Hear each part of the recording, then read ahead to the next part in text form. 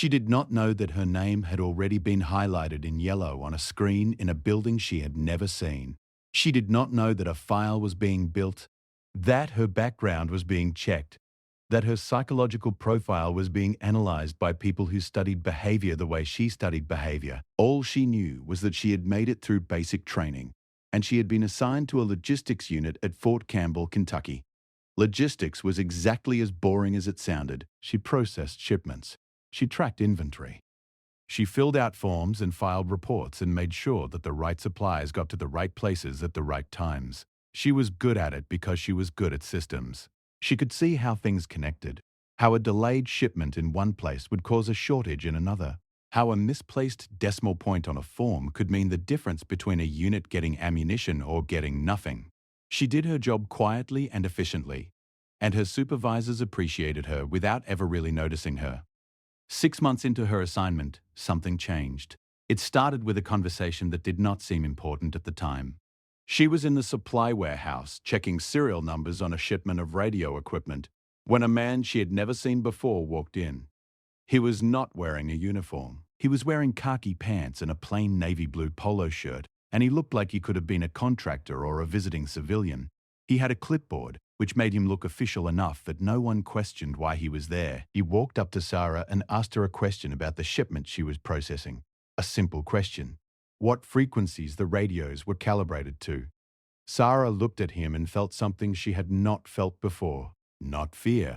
Not suspicion, exactly. More like the feeling she used to get when she watched her father talk to the landlord. The feeling that someone was performing a version of themselves that was not quite real. She answered his question with the correct information. Then she asked him one back. She asked which unit had requisitioned the radios. It was a reasonable question.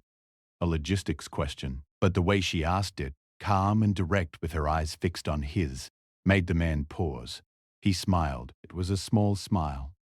The kind of smile a person gives when they find something they were looking for. He told her his name was David Mercer.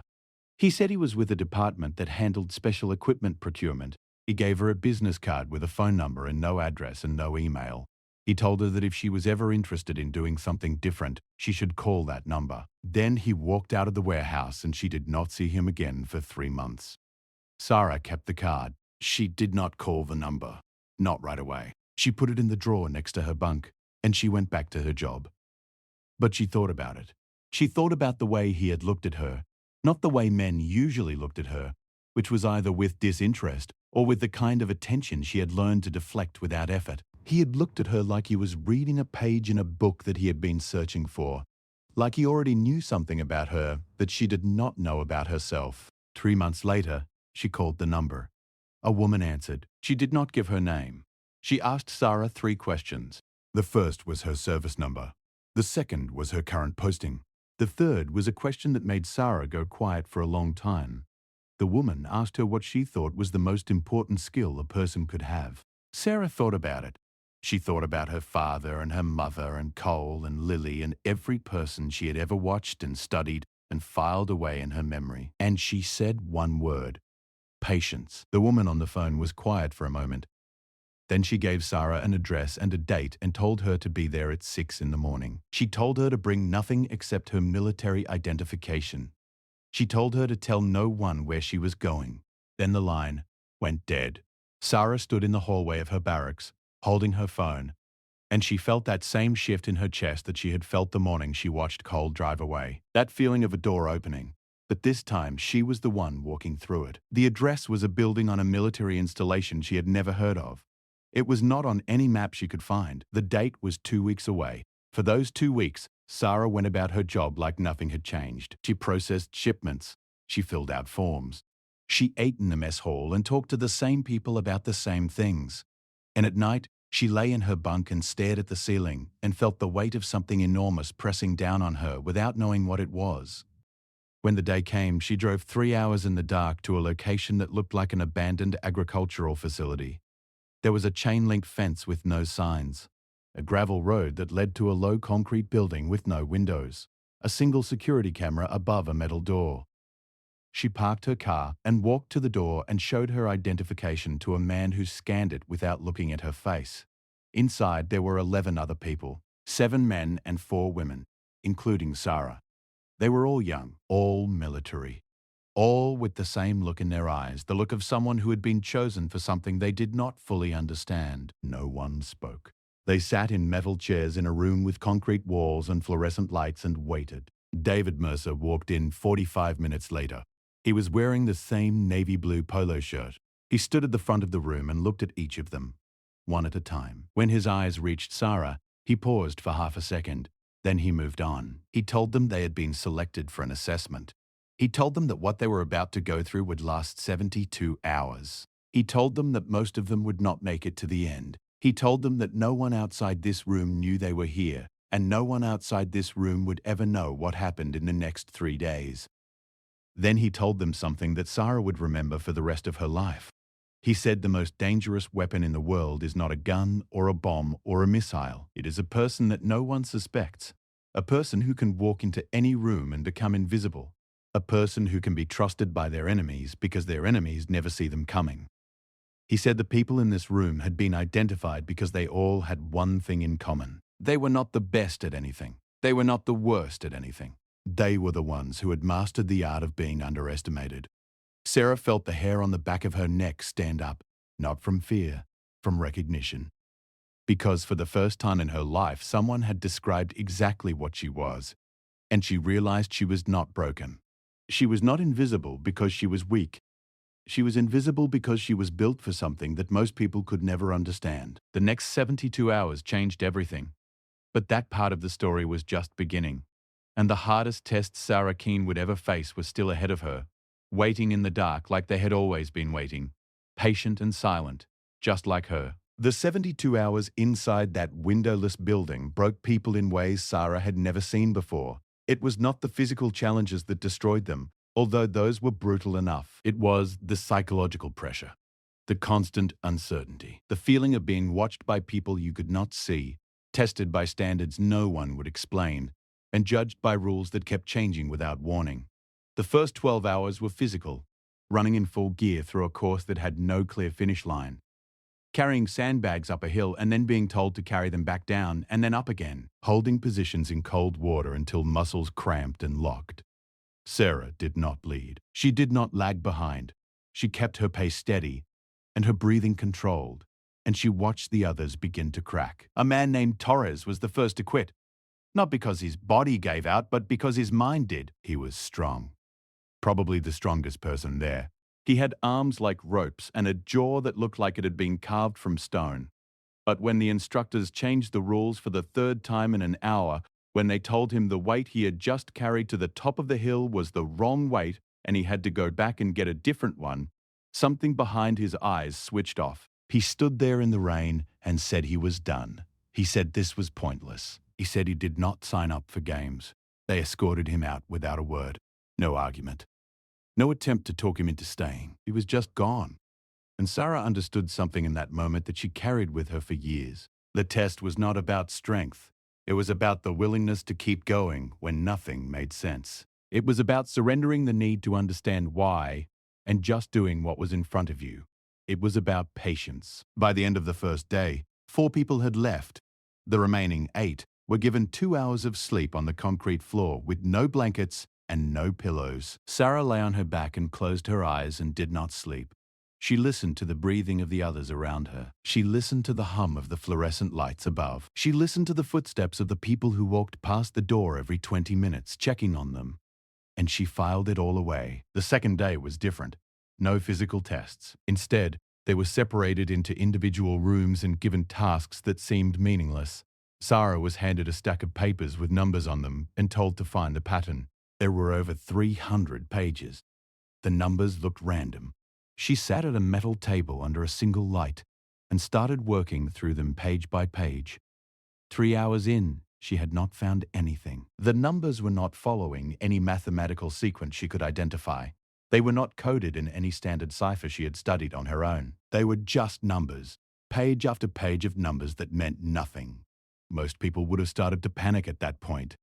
Most people would have started second-guessing themselves, wondering if they were missing something obvious, wondering if the test was rigged, wondering if the point was to see how long they would work on an impossible problem before they gave up. And that, Sarah realized, was exactly the point.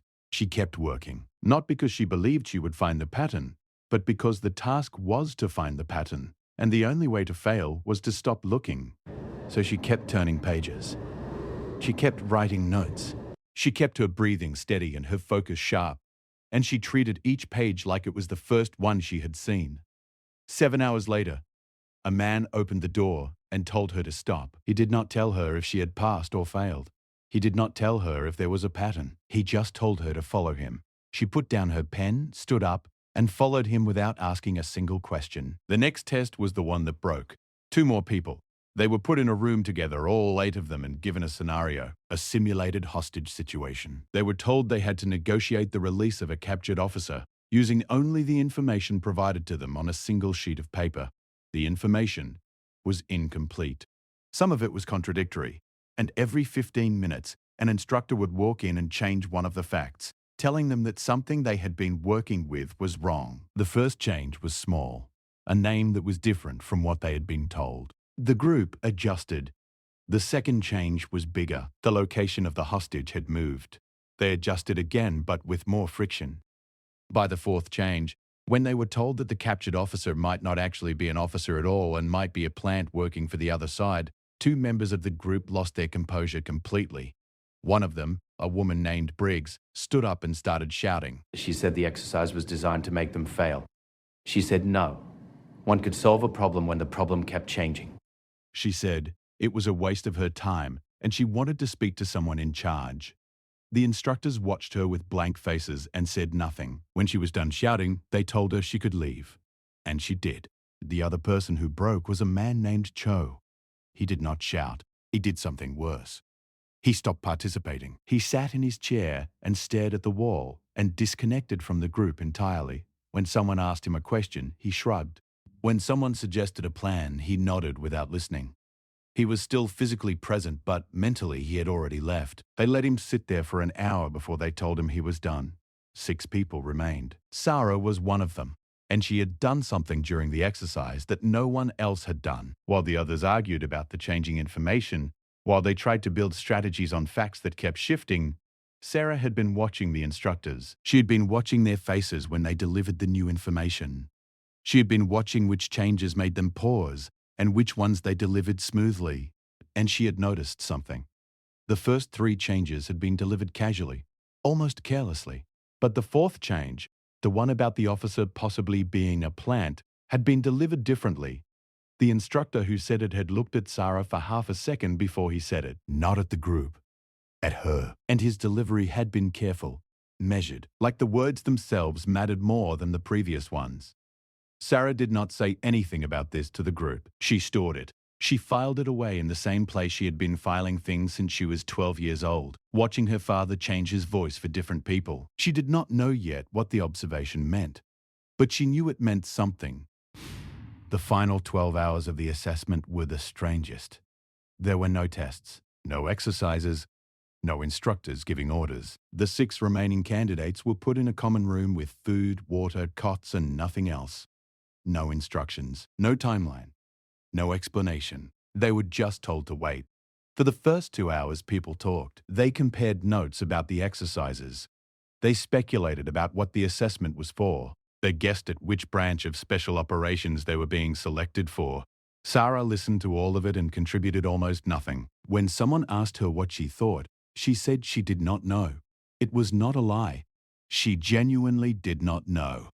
But she also knew that guessing out loud would give away the way she thought. By hour 4, people started getting restless. A man named Webb, who had been one of the strongest performers throughout the assessment, started pacing. He said waiting was worse than any of the exercises. He said he would rather carry sandbags up a hill for another 8 hours than sit here doing nothing. Sarah watched him pace and understood that, for people like Webb, stillness was the hardest test of all. By hour 8, something interesting happened. The group started to fracture, not aggressively, not with shouting or arguments, but in the subtle way that groups always fracture when there is nothing holding them together. Webb and another man named Drake started having a quiet conversation in the corner that excluded the others. 2 women, Foster and Lynn, moved their cots to the opposite side of the room and stopped talking to anyone, and Sarah sat in the middle, alone, eating a protein bar, and watching all of it happen with the same calm expression she had worn since she was a child, sitting on the porch of her parents' house. When the 72 hours were over, David Mercer walked back into the room. He looked at the six of them. He looked tired, which was the first human emotion Sarah had seen from him. He told them that 3 of them had been selected. He did not say for what. He did not explain the criteria. He just read 3 names. Sarah Keane was the first name he read. She did not react. She did not smile or pump her fist or exhale with relief. She just looked at him and waited for him to continue. And she saw that small smile again. The same one he had given her in the warehouse at Fort Campbell.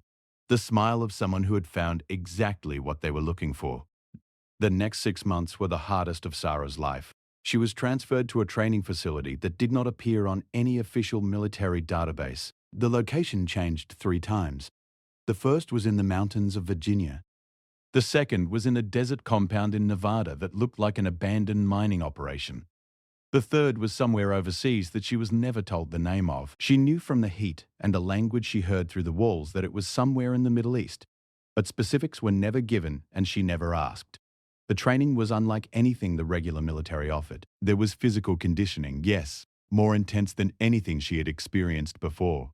She ran until her legs felt like they were filled with cement. She swam in open water until her arms stopped feeling like arms and became just weight attached to her shoulders. She learned hand-to-hand combat techniques that were not taught in any official manual. Techniques designed not for defense but for ending a threat quickly, quietly, and permanently. But the physical training was only one layer. The deeper layer was psychological. They trained her to become someone else. Not in the way actors become characters in movies. In a real, functional, operational way. She learned to change her posture, her voice, her eye contact patterns, her walking speed, her facial micro-expressions. She learned that identity was not something fixed inside a person. It was a performance that could be adjusted for any audience. They gave her languages. She already had a basic foundation in Spanish from high school, but they built on that and added Arabic and Mandarin. Not full fluency in all 3, but enough to understand conversations, to read signs and documents, to blend into environments where English would mark her as an outsider. The language training was intense. 12 hours a day of immersion, conducted by native speakers who would switch without warning between casual conversation and rapid interrogation. They taught her surveillance techniques that went far beyond anything in the standard military toolkit. How to follow someone through a crowded market without ever being within 50 meters of them. How to set up observation posts in urban environments using nothing but everyday objects and patience. How to photograph documents with a device hidden in a pen or a button or a watch. How to plant listening devices in rooms she would only be inside for 30 seconds. They taught her how to read people. Not the basic body language reading that self-help books talked about, but deep behavioral analysis. How to tell from the way a person held their coffee cup, whether they were right-handed or left-handed, and why that mattered when you were sitting across from them at a table and needed to know which hand would reach for a weapon first. How to tell from the rhythm of someone's breathing whether they were lying. How to tell from the pattern of a person's eye movements whether they were recalling a real memory or constructing a false one. Sarah absorbed all of it like dry ground absorbing rain. The instructors, who she later learned were themselves veterans of operations she would never be told about, noticed something about her that set her apart from the other 2 candidates who had been selected. She did not just learn the techniques. She understood them. She understood the principles behind them. And she could adapt them on the fly in ways that the training manuals did not cover. There was one exercise that became legendary among the small group of people who knew about the program. Sarah was given a cover identity and dropped into a small town in Eastern Europe with instructions to make contact with a local asset, a man who owned a hardware store and who had been passing information to Western intelligence for years. She was told the asset was under suspicion by local security services and that the meeting had to happen without anyone seeing them together. The standard approach would have been to arrange a covert meeting at a safe location, a dead drop, a brush pass, one of the dozens of techniques she had been taught. Instead, Sarah did something no one expected. She walked into the hardware store in broad daylight, bought a set of screwdrivers and a roll of electrical tape, and had a 15-minute conversation with the asset about home wiring repair. In the middle of that conversation, without changing her tone or her posture or doing anything that would register on the security cameras as unusual, she passed him a coded message inside a folded receipt and received his information written on the back of a business card that he handed her along with her change. The whole thing looked like a normal customer interaction. It was so unremarkable that the surveillance team monitoring the exercise from a building across the street did not realize the exchange had happened until they reviewed the footage afterward. And even then, they had to watch it 3 times to see it. When the instructors debriefed her, they asked why she had chosen that approach instead of a standard covert meeting. Sarah said something that made David Mercer, who was observing from behind a one-way mirror, lean forward in his chair. She said the safest place to hide something is in plain sight. She said that covert behavior is what gets people caught because covert behavior looks like covert behavior to anyone trained to see it. The best cover is no cover at all. Just a person doing a normal thing in a normal way. At the end of the 6-month training period, Sarah was given a designation, not a rank, not a title, a designation. She was told she was now part of a unit that had no official name, no official existence, and no paper trail that connected it to any branch of the military or any intelligence agency. Internally, among the very few people who knew it existed, it was called the Nightshade Unit. The name was never spoken in any official briefing. It was never written in any document that could be obtained through a Freedom of Information request. It existed in the same shadow space where the most sensitive operations in the country lived, the space between what the government officially did and what it actually did. Sarah was given a pat, small, black, no words on it. Just a simple design that looked like an abstract flower if you did not know what you were looking at. If you did know, you recognized it as a nightshade blossom. The patch was not meant to be worn on any visible part of a uniform. It was meant to be kept hidden, sewn into the inside of a collar or tucked into a pocket. It was identification, but only for people who already knew what it meant. For everyone else, it was nothing. Just a small piece of fabric that no one would ever notice. Sarah sewed it into the inside of her jacket collar, and then she went to work. Her first operational deployment was not what she expected. She was not sent to a war zone. She was not sent to a hostile country. She was sent back to a regular army base in Germany, Ramstein, one of the largest American military installations in Europe, and she was given a cover assignment that felt like a cruel joke after everything she had been through. She was placed in a support logistics unit, processing supply requisitions and tracking equipment shipments. The exact same job she had done at Fort Campbell before any of this began. But this time, the job was the cover. The real work happened in the spaces between the paperwork. Sarah's actual mission was to identify a leak. Someone on the base was passing classified operational schedules to an outside contact, troop movements, equipment transfers, deployment timelines, information that, in the wrong hands, could put hundreds of soldiers at risk. The investigation had been ongoing for months before Sarah arrived.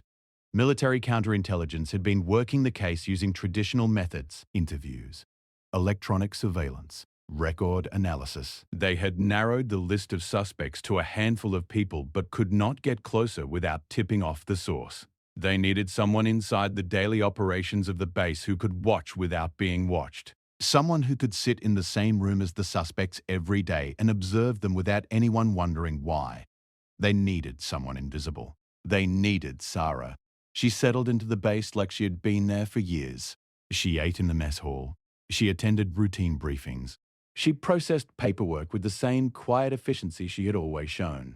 The people around her accepted her presence without question because there was nothing about her presence to question. She was just another support worker doing a job that nobody paid attention to. But every day, she was watching. She was cataloging behavior patterns. Who left the office at the same time every day? Who made phone calls they stepped outside to take? Who accessed files they did not need for their assigned duties? Who had spending habits that did not match their pay grade? She built profiles on 11 people without any of them knowing they were being studied. It took her 9 weeks. 9 weeks of invisible observation, of quiet patience, of sitting in rooms with people who had no idea that the woman filing papers in the corner was the most trained and dangerous person in the building. And at the end of those 9 weeks, she identified the source. It was not who anyone had expected. It was not a disgruntled soldier or a compromised officer. It was a civilian contractor who worked in the IT department. A man named Gerald Pace, who had been on the base for 4 years and who had a security clearance that gave him access to communication networks. He was leaking information not for ideology or money, but because he was being blackmailed. Sometimes the most dangerous person in the room is the one nobody is looking at. She carried no rank on her sleeve that anyone noticed. She walked through military checkpoints like she was invisible. Soldiers passed her without a second glance. Officers gave her orders meant for low-level workers. She never corrected them. She never raised her voice. She never needed to, because the woman they were ignoring had done things in the dark corners of the world that would keep any of them awake at night. And the day a three-star general finally noticed the small black patch sewn quietly on the inside of her collar, everything everyone thought they knew about her shattered like glass hitting concrete. This is that story. And it did not begin in a war zone. It began in a place far more ordinary and far more painful. Sarah Keene grew up in a small town outside of Fort Bragg, North Carolina. The kind of town where everybody knew everybody, and nobody ever left unless the military took them. Her father had been a mechanic on the base, not a soldier, not an officer. Just a man who fixed trucks and came home smelling like diesel fuel and frustration. Her mother worked double shifts at a diner 3 miles down the road, pouring coffee for soldiers who never remembered her name. They were not poor in the way that made the news, but they were poor in the way that made life feel like it was always one flat tire away from falling apart. Sarah was the middle child. She had an older brother named Cole and a younger sister named Lily. Cole was the loud one, the fighter, the one who got suspended from school for throwing a chair at a teacher who called him stupid. Lily was the soft one, quiet, always drawing pictures of birds and flowers in notebooks she kept hidden under her bed. And Sarah was the one in between, not the loudest, not the softest, just the one who watched everything and said very little. She would embed herself in the daily routines of whatever environment she was placed in. She would watch, listen, analyze, and compile intelligence that was passed through invisible channels to people she would never meet. And then she would leave, and no one would remember she had been there. She had worked in an embassy in North Africa, posing as an administrative assistant, processing visa applications while mapping the communication network of a cell that was planning an attack on Western diplomatic targets. She had spent 3 months in a port city in Southeast Asia, working as a translator for a shipping company while tracking the movement of weapons components hidden in cargo containers. She had been embedded in a refugee processing center in southern Europe, identifying individuals with false documents who were using humanitarian corridors to move operatives across borders. Each mission carved something out of her and replaced it with something harder, not in the way that combat-hardened soldiers with loud trauma and visible scars. Sarah's hardening was quiet, internal. It happened in the spaces between the moments when she was pretending to be someone else, in the hotel rooms at night when she could finally drop the performance and sit with whatever was left of herself. In the 3-minute phone calls to her sister Lily that she was allowed to make once a month, calls where she would listen to Lily talk about her job at the library and her new apartment and the stray cat she had adopted. And Sarah would say things like, "Everything is fine, and the work keeps me busy, and I miss you too." She never told Lily what she really did. She never told anyone. The cover story she had been given was that she worked for a Department of Defense logistics consulting firm that sent her to various military installations around the world to audit supply chain operations. It was a story so boring that no one ever asked follow-up questions. People's eyes would glaze over the moment she said supply chain audit, and they would change the subject. Which was, of course, exactly the point.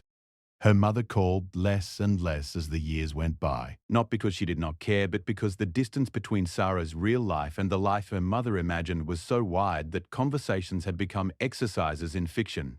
Sarah would tell her mother she was in Germany or Italy or wherever her cover story placed her, and her mother would say that sounded nice, and ask if she had met anyone special. Sarah would say no, not yet, and her mother would sigh the way she always sighed. The sound of a woman who had stopped expecting things to be different. Her father had passed away the year before, a heart attack in the garage while he was working on a truck engine. Sarah had found out 6 hours after it happened, because her phone had been off during an operation.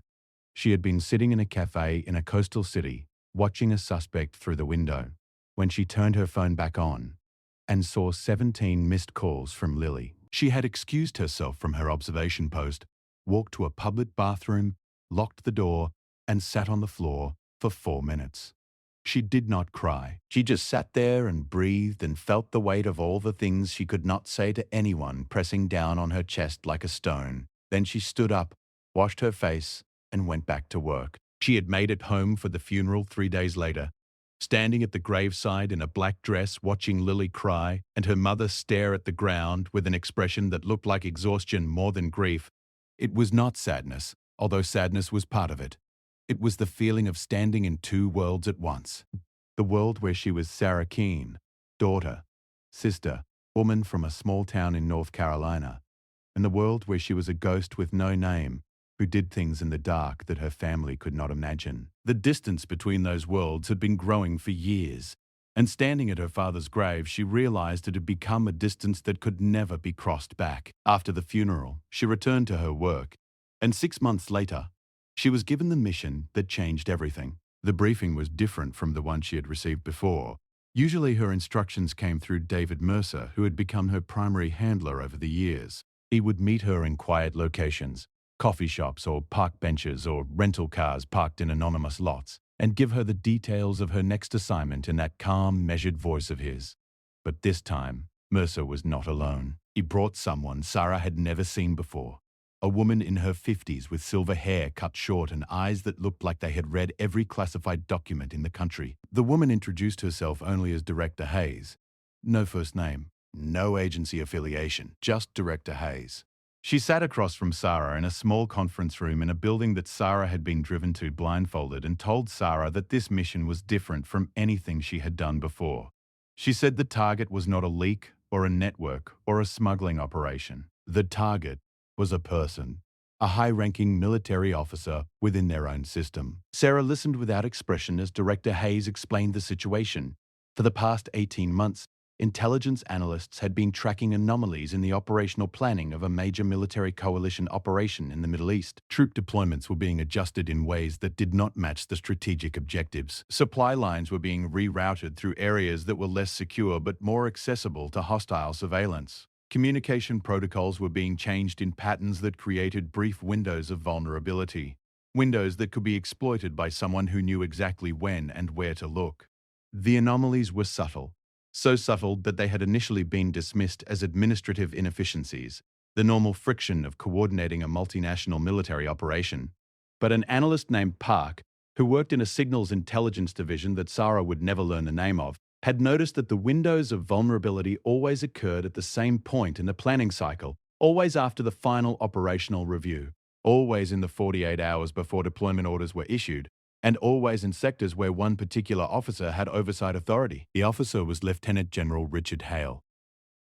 3 stars, 28 years of service, a decorated combat veteran who had commanded forces in 3 major theaters of operation, a man with a reputation for precision, discipline, and absolute loyalty to the country he served. He was by every visible measure beyond suspicion. But the data did not lie. The patterns aligned with his access and his authority. The windows appeared only in operations he was involved in, and when Park cross-referenced the timing of the anomalies with General Hale's travel schedule, she found correlations that could not be explained by coincidence. They could not investigate him through normal channels.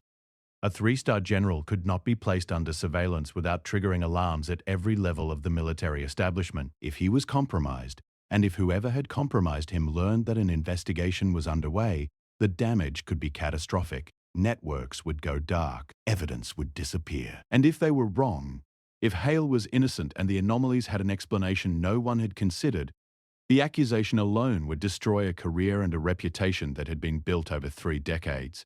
They needed someone who could get close to Hale without raising suspicion.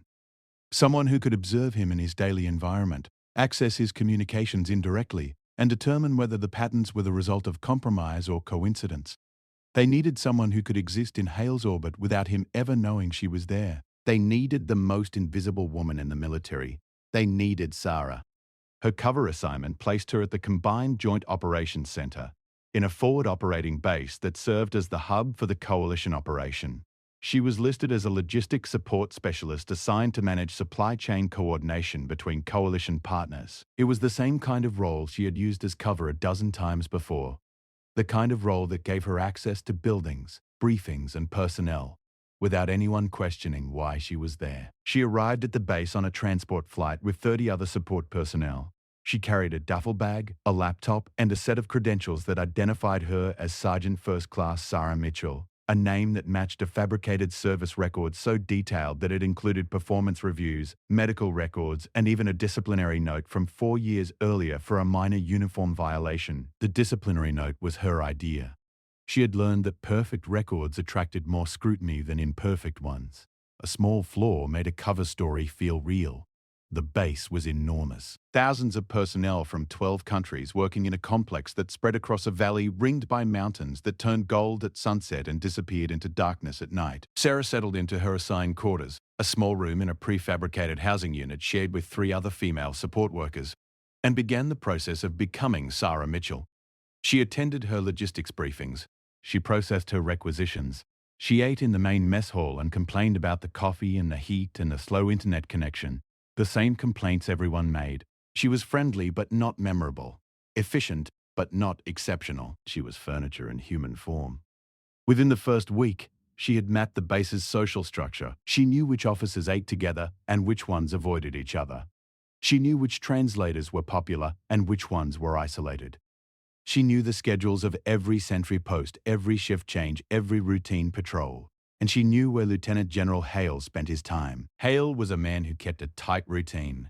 He arrived at the operations center at 0530 every morning. He held his first briefing at 0600.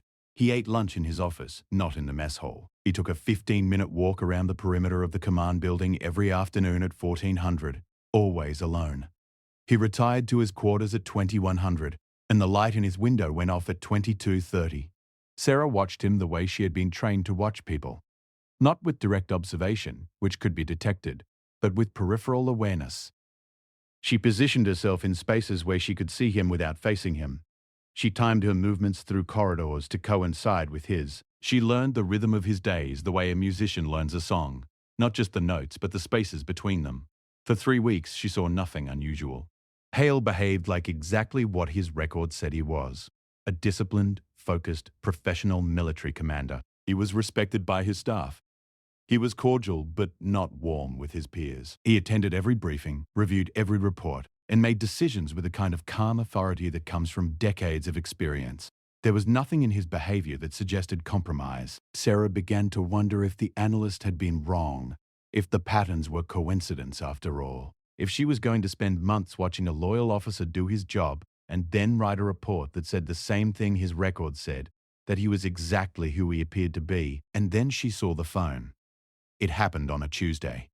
She was walking through a corridor in the administrative wing, carrying a stack of shipping manifests to give herself a reason to be in the building when she passed Hale's office. The door was open 6 inches, standard for officers who wanted to signal that they were available, but not inviting interruption. Through the gap, she saw Hale sitting at his desk. His official phone was on the desk to his right. His laptop was open in front of him, and in his left hand, held low against his thigh and angled away from the door, was a second phone. It was a small detail. Most people would not have noticed. Most people who did notice would have assumed it was a personal phone, the kind that officers sometimes kept for family calls. But Sarah noticed 2 things about it that made her slow her steps just enough to get a 3-second look before she moved past the doorway. The first thing was the phone itself. It was not a standard commercial model. It was smaller, with a flat matte surface and no visible brand markings, the kind of device that was designed to be unrecognizable. The second thing was Hale's posture. He was not holding the phone the way people hold phones they use regularly. He was holding it the way people hold things they are afraid of being seen with, close to the body, shielded from the doorway. His shoulders were angled to block the view from the corridor. It was the posture of concealment. And Sarah recognized it the way a musician recognizes a wrong note in a familiar song. She did not stop. She did not react. She walked past the doorway at the same pace she had been walking before and continued down the corridor and delivered her shipping manifests to the logistics office and sat down at her desk and logged into her work terminal and began entering data. And her heart rate, which had not increased by a single beat during the entire observation, stayed exactly where it was. That night, in her quarters, she drafted a coded message to Mercer. She described the phone. She described Hale's posture. She asked for guidance on next steps. The response came 8 hours later through a channel that was embedded in the base's routine communication traffic. in a way that made it invisible to the electronic surveillance systems that monitored all outgoing signals. The response was 3 words: stay on target. Over the next 4 weeks, Sarah built a picture of Hale's secret communications. She could not intercept the phone's signals without specialized equipment that she did not have and that would risk detection if it were brought onto the base. Instead, she used what she did have: her eyes, her patience, her ability to be in the right place at the right time without anyone wondering why. She tracked when Hale used the phone, always in his office, always with the door mostly closed, always during the 48-hour window before deployment orders were issued, the same window the analyst Park had identified months ago. Sarah noted the exact times and durations and cross-referenced them with the operational timeline. She also noticed something else. On the days Hale used the phone, his afternoon walk changed. Instead of walking the perimeter of the command building, he walked toward the motor pool, a section of the base where vehicles were maintained and where the noise of engines and tools created a natural cover for conversation. He would stand near the entrance for 2 to 3 minutes, looking at his regular phone as if checking messages, and then walk back. He never entered the motor pool. He never spoke to anyone there. Sarah started timing her own movements to coincide with Hale's motor pool visits. She would position herself at a supply checkpoint 50 meters away, close enough to observe but far enough to be unremarkable. And on the 3rd visit she saw what she had been looking for. Hale was not just standing near the motor pool. He was placing the second phone in a gap between 2 concrete barriers near the entrance. It took him less than 2 seconds. A casual lean against the barrier, a hand dropped to his side, and the phone was gone. When he walked away, the space between the barriers looked exactly the same as it always did. Sarah waited. 2 hours later, a maintenance worker from the motor pool walked past the same spot, picked up something too small to see from 50 meters away, and kept walking without breaking stride. The worker was a local national employed by a civilian contractor. His name was Fareed Kassab. He had been on the base for 2 years and had passed every background check. Sarah had found the chain. Hale was using the phone to receive or send information. He was passing the phone to Kassab through a dead drop that was hidden in plain sight. Kassab was presumably passing the information to someone outside the base. The operation was elegant in its simplicity. No electronic trail. No direct contact between Hale and anyone suspicious. Just a phone moving between 2 people in a way that looked like nothing at all. She reported everything. The coded messages went through channels she never saw the other end of. And then she waited. Waiting was always the hardest part. Not because of the boredom, but because of the knowledge of what she was carrying. She knew something about a 3-star general that could end his career, send him to prison, and reshape the entire coalition operation. And she was carrying that knowledge while sitting across from other support workers in the mess hall, eating scrambled eggs and complaining about the dust that got into everything. The response came 10 days later. Not through a coded message, through a person. David Mercer arrived on the base as a civilian contractor performing an IT systems audit. He found Sarah in the logistics office during a break and spoke to her for less than 90 seconds. He told her the operation was being escalated. He told her that a team was being assembled to apprehend Hale and Kassab simultaneously. He told her that her role was almost finished. And then he told her something she did not expect. He told her that General Thomas Bradshaw, the overall theatre commander, was arriving on the base in 3 days for a scheduled command review, and that Bradshaw had been briefed on the situation and wanted to meet the operative who had uncovered it. Sarah told Mercer that was not how things worked. The Nightshade unit did not meet with generals. They did not attend briefings. They did not exist. Mercer looked at her with an expression she had never seen on his face before, something between admiration and sadness. He said he had told Bradshaw the same thing, and Bradshaw had said he did not care about protocol. He said if someone under his command was committing treason, he wanted to look in the eyes of the person who had found the truth. 3 days later, Sarah was standing in a corridor outside the base's main conference room when General Thomas Bradshaw walked past with his entourage. She was in her usual position, against the wall, holding a clipboard, wearing the same logistics support uniform she wore every day. She was invisible, as always.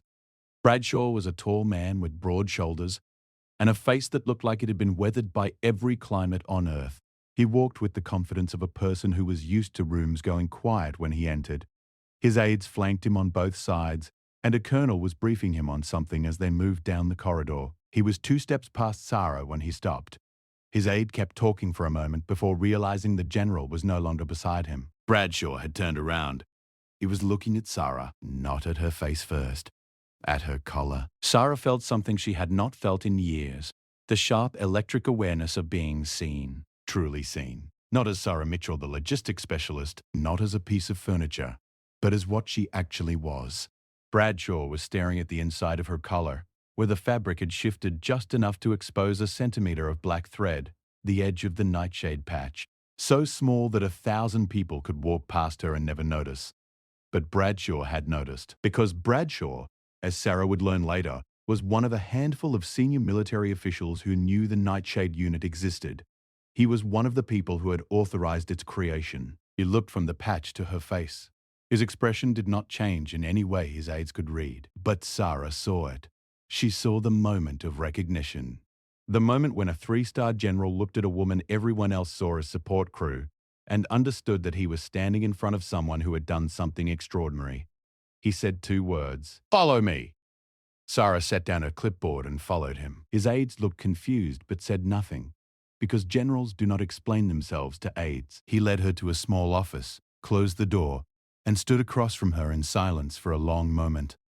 Then he said, "You are the one who found Hale." Sarah said, "Yes, sir." He asked her how long she had been on the base. She told him. He asked how she had identified the dead drop. She told him. He asked if anyone on the base knew who she really was. She said no.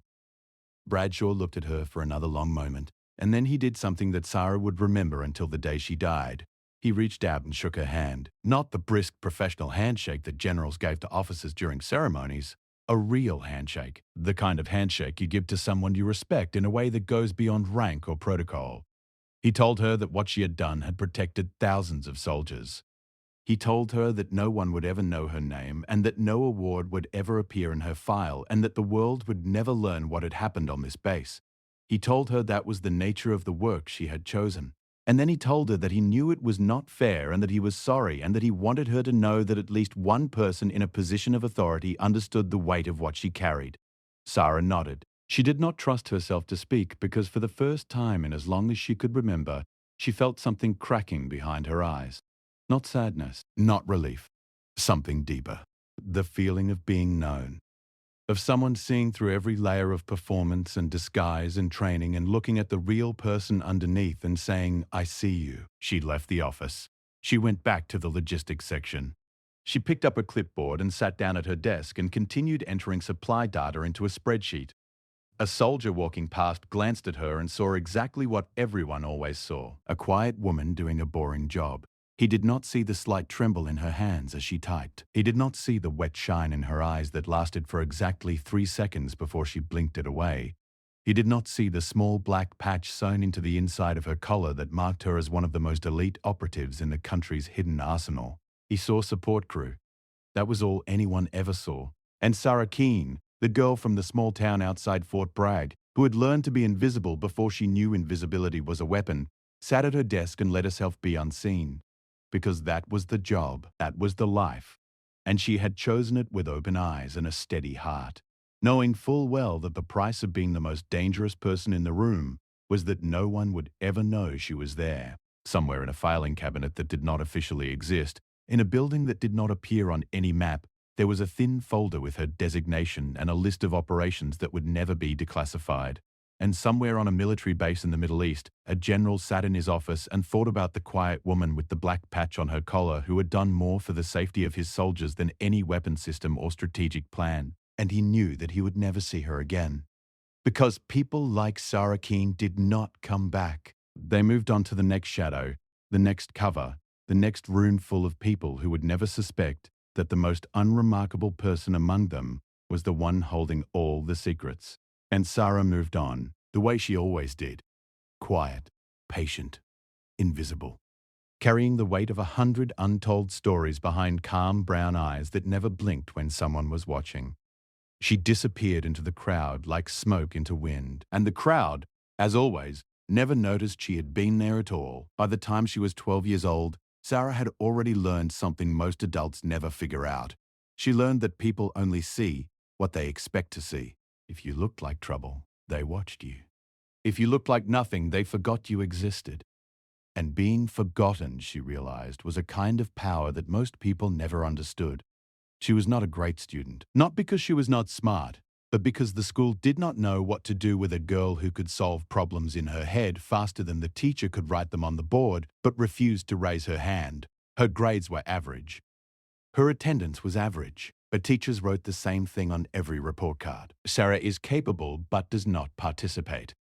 They never asked why. They never asked what she was thinking behind those calm brown eyes that never seemed to blink when someone was talking to her. What she was thinking was everything. She was watching how the principal walked differently when the superintendent visited. She was noticing which kids changed their behavior depending on who was in the room. She was studying how her father's voice dropped when he talked to the landlord but got louder when he talked to her mother. She was learning the mechanics of human behavior the way other kids learned math, and she was storing it all away in a mind that never forgot a pattern. When she was 14, her brother Cole enlisted in the army. He was 17, barely old enough, and their father signed the papers without hesitation. Cole wanted out. He wanted something bigger than oil stains and small-town gossip. Sarah stood on the porch the morning he left, watching the recruiter's car pull away, and she did not cry. She just watched. And somewhere deep inside her chest, something shifted. Not sadness, not anger. Something more like recognition. Like she had just seen a door open that she did not know existed. Cole sent letters home for a while, then emails, then nothing. Not because anything had happened to him, he just moved on. He became someone else in a world that was bigger than any of them had imagined. And Sarah, standing in the gap he left behind, started to wonder what would happen if she walked through that same door. She did not tell anyone, not her mother, who was already tired enough without worrying about another child leaving. Not her father, who had started drinking more since Cole left and talking less. Not Lily, who still drew birds in her notebooks and looked at Sarah like she was the only safe thing in the world. Sarah kept her plan folded up tight inside herself like a letter she was not ready to send. She finished high school with grades that were exactly good enough. Not outstanding, not failing. Just enough to pass through without anyone noticing. And the day after graduation, while her classmates were posting pictures of parties and beach trips on social media, Sarah Keene drove herself to the Army recruiting office in Fayetteville and sat down across from a sergeant who looked like he had given the same speech 10,000 times. He looked at her and saw what everyone always saw, a quiet girl from a small town. Average height, average build. Brown hair pulled back in a ponytail. No athletic awards. No leadership positions. No letters of recommendation that would make anyone sit up straight. He gave her the standard talk. The benefits. The training. The structure. He told her she could work in logistics or administration or medical support. Good jobs. Stable jobs. Jobs that would keep her far from anything dangerous. Sarah listened to every word. She nodded at the right moments. She signed the papers he put in front of her. And she did not tell him that she had already researched every special operations pathway the Army offered. She did not tell him that she had been running 5 miles every morning for the last 2 years in the dark before school. She did not tell him that she could hold her breath underwater for 3 minutes and 40 seconds because she had practiced in the bathtub every night until she could. She did not tell him any of that because she had learned a long time ago that the less people expected from you, the more room you had to move. Basic training was exactly what she thought it would be. Loud, physical, designed to break people down and rebuild them into something the military could use. Sarah did not stand out. She was not the fastest runner in her platoon. She was not the strongest. She was not the one the drill sergeant screamed at because she could not keep up. But she was also not the one they praised. She existed in that middle space where attention never landed. She finished every task. She completed every obstacle. She scored well enough on every test. And when the other recruits talked at night about what they wanted to do next, Sarah lay in her bunk and said nothing. But the people whose job it was to watch were watching. There were always people watching in the military, even when it seemed like no one was paying attention. Somewhere in a quiet office with no sign on the door, someone was reading evaluation reports and flagging names. Not the names at the top, Not the ones who broke records or won awards, the names in the middle. The ones who were consistently average across every category in a way that was almost too perfect, because truly average people had weak spots. They failed at something. They struggled somewhere. When someone was perfectly average at everything, it meant they were choosing to be, and that choice was more interesting than any record-breaking performance. Sarah did not know this yet. Sarah traced the pressure back to a woman he had met online who turned out to be an operative working for a foreign intelligence service. Pace did not even fully understand what he was doing. He thought he was sharing harmless administrative data with someone who cared about him. He did not realize the data was being assembled into a picture that could cost lives. Sarah compiled her findings into a report that was delivered through a chain of communication so compartmentalized that the person who received it did not know who had written it. Gerald Pace was quietly removed from the base. The woman who had been manipulating him was identified and placed under surveillance by a different agency. And Sarah Keane went back to processing supply requisitions like nothing had happened. No one on the base knew what she had done. No commendation was given. No medal was pinned on her chest.